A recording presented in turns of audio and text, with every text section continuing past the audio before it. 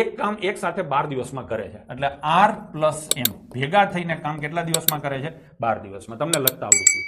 રોહન એકલો આ કામ કેટલા દિવસમાં કરે છે? 20 દિવસમાં. તો મોહન આ કામ કેટલા દિવસમાં કરે? પહેલી મેથડ લેવી હોય તો 20 × 12 આવે. નીચે એકલાનું શોધવાનું છે તો નીચે આ બેનો તફાવત કેટલો આવે? 8.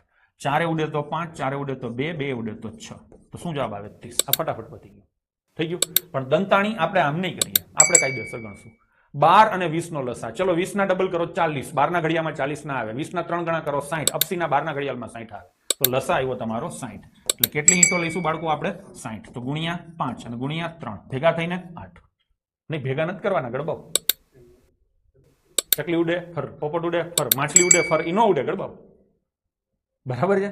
અહીંયા રામ અને મોહન ભેગા થઈને રોજની 5 ઈંટો બનાવે છે. એમાં રામભાઈની 3 ઈંટ છે તો મોહનભાઈની 2 જ ઈંટ હોય. ટણપાવ અને ટણપ્યું. હા ને? તો મોહન રોજની 2 ઈંટ બનાવે છે. 60 ઈંટ બનાવવાની છે તો 60 ભાગ્યા 2 એટલે કેટલા દિવસ આવશે છોકરાઓ? 30 દિવસ આવશે. યશપાલસિંહ